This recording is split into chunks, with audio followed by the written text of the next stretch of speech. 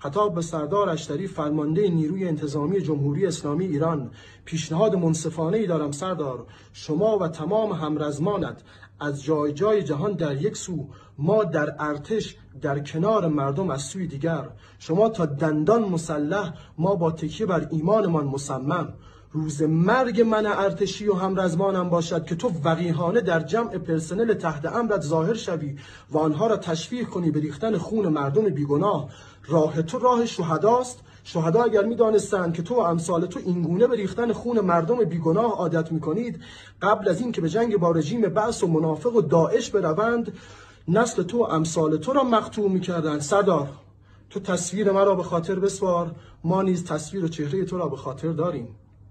مردم، من و همرزمانم در ارتش تا آخرین نفس در راستای احقاق حقمان در کنار شما ایستاده ایم. مسئله اول و آخر عدالت آزادی میهن است. ما زنده به آنیم که آرام نگیریم، موجیم که